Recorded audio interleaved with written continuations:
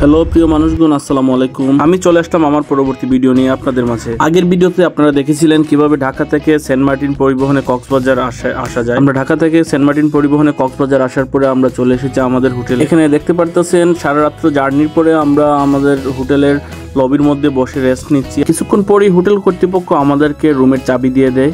আমরা তারপরে চলে যাই আমাদের রুমে।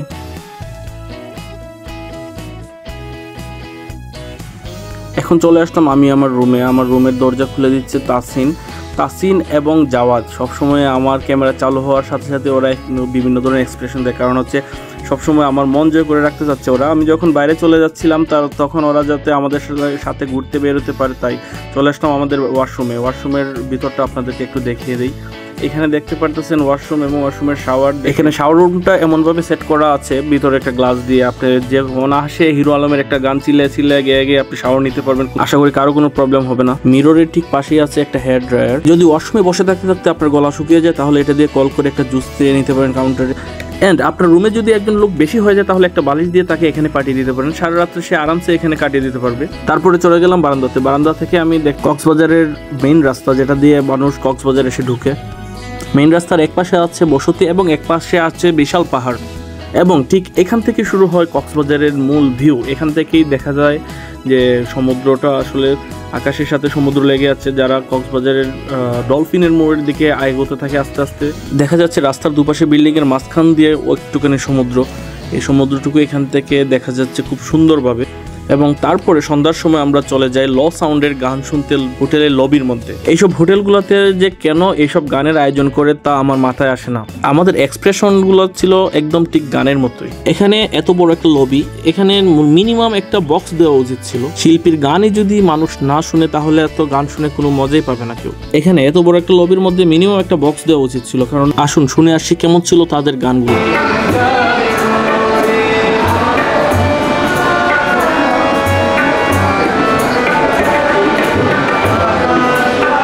তারপর ক্যামেরা নিয়ে আমি ওনাদের একদম কাছে চলে আসলাম।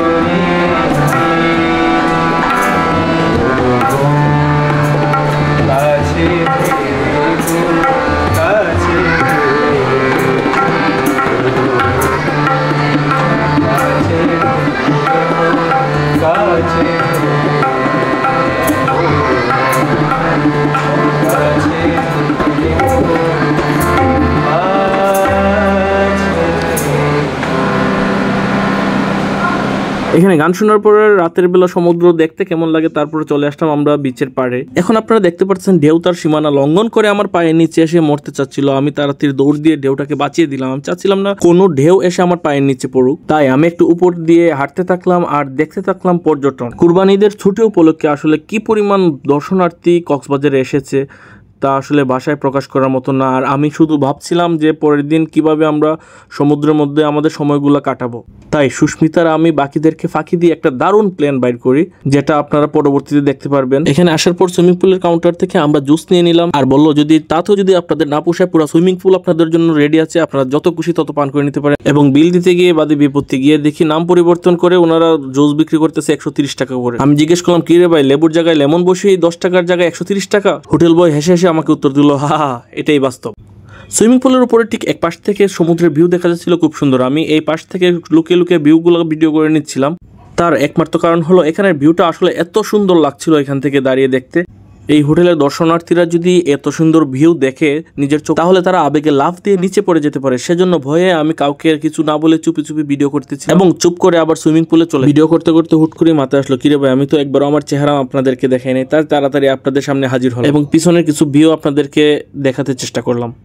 এটা হচ্ছে বেস্ট ওয়েস্টার্ন হোটেলের উপরের ভিউ। আসলে এক কথা যদি আমি বলি, এই হোটেলের ভিউটা খুবই অসাধারণ।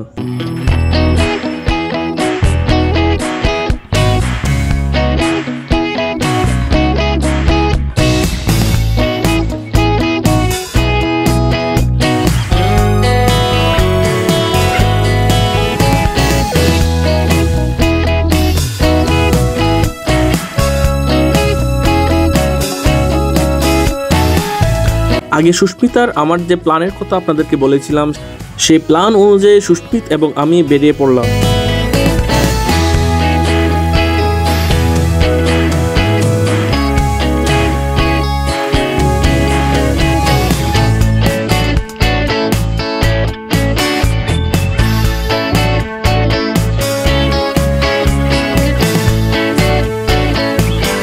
হাতের বাম পাশে পাহাড় আর ডান পাশে সমুদ্র, সব মিলিয়ে আসলেই অসাধারণ। আচ্ছা, আপনারা কি জানেন কক্সবাজারে আসার পরও মানুষ বোরিং ফিল করে? বোরিং ফিল করার একমাত্র কারণ হচ্ছে সুগন্ধা, কলাতলি এবং লাবণী পয়েন্টের যে পরিমাণ মানুষ থাকে, সেখানে শান্তিমতে না গোসল করা যায় সমুদ্রের মধ্যে, না মার্কেটের মধ্যে হাঁটা যায়।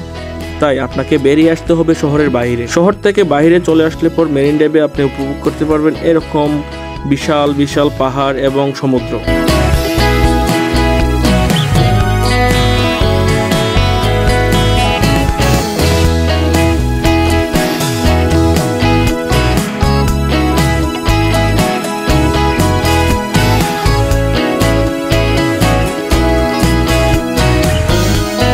এখানে অল্প একটু বাইক রাইডের ভিডিও আপনাদের মাঝে আমি শেয়ার করে রেখেছি। সমুদ্রের মধ্যে কিভাবে কোন জায়গায় আমি কি কি রাইড করি, এটি নিয়েও আমার আরেকটি ভিডিও আসতেছে। আমি আশা করি আপনারা আমার সেই ভিডিওটিও দেখে আসবেন।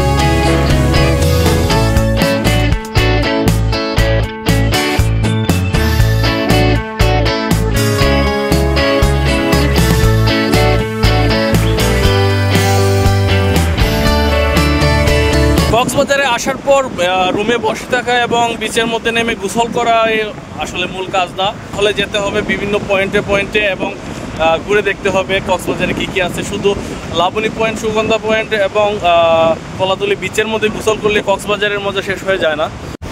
এখন যে জায়গাটিতে অবস্থান করতেছি আমরা, এটা হচ্ছে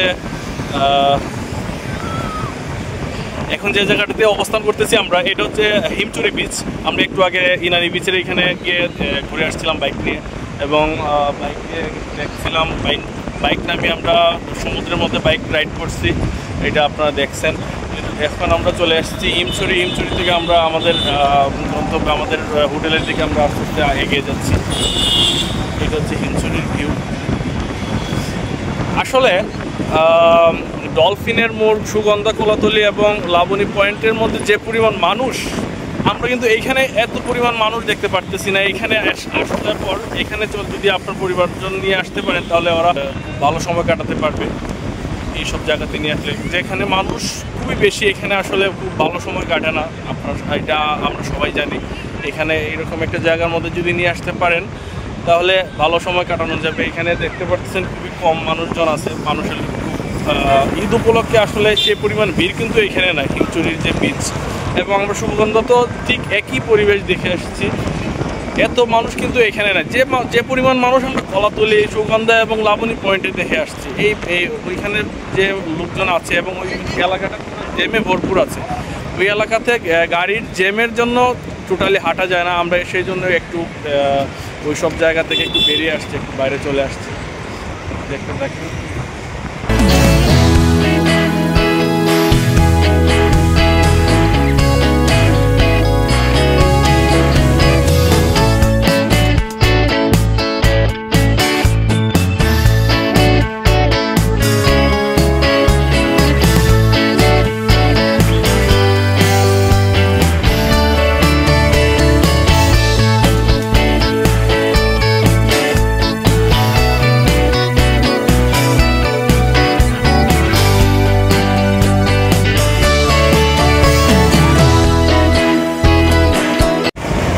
আমরা এখন যে জায়গাতে আছি এটা হচ্ছে কক্সবাজার উখিয়াতে। এইখানে দেখতে পারতেছেন ইকো ফ্রেন্ডলি কাঠ টানানো বিছানা আছে। এখানে আপনারা যারা ইকো ফ্রেন্ডলি পরিবেশে সমুদ্র এনজয় করতে চান, সমুদ্রের একটা ভিউ, অ্যাস্থেটিক একটা ভিউ পেতে চান, তারা এখানে আসতে পারেন। উখিয়া, এটা হচ্ছে ইয়ার সামনে আপনার ইনানি বিচ থেকে কিছুটা পাটোয়ার টেক যেতে 1 কিলোমিটার বা 2 কিলোমিটার সামনে হাতের বাম। আরেকটা বিষয় আপনাদেরকে জানিয়ে দিই, এই যে বাইকটা দেখতে পাচ্ছেন এটা হচ্ছে আমরা ডলফিনের মোড় থেকে বাইকটা ভাড়া নিয়েছি প্রতি ঘন্টা 300 টাকা করে, এবং নিজস্ব তেল, মানে আপনার নিজেকেই তেল ভরতে হবে এই বাইকের মধ্যে। তারপর প্রতি ঘন্টা 300 টাকা করে আপনি সারাদিন ঘুরে বেড়াতে পারবেন এইরকম কক্সবাজার থেকে টেকনাফ পর্যন্ত, এবং উখিয়া ইনানি বিচগুলোতে এগুলা ঘুরে ঘুরে আপনি দেখতে পারবেন, উপভোগ করতে পারবেন বিচের সৌন্দর্যগুলো।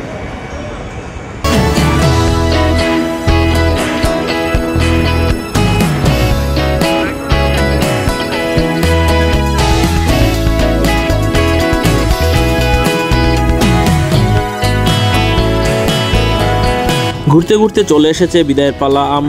আমরা বাইক দিয়ে বিভিন্ন স্পট ঘোরার পর আমরা আস্তে আস্তে রওনা দিলাম আমাদের হোটেলের উদ্দেশ্যে। সবাই ভালো থাকবেন, সুস্থ থাকবেন, আল্লাহ হাফেজ।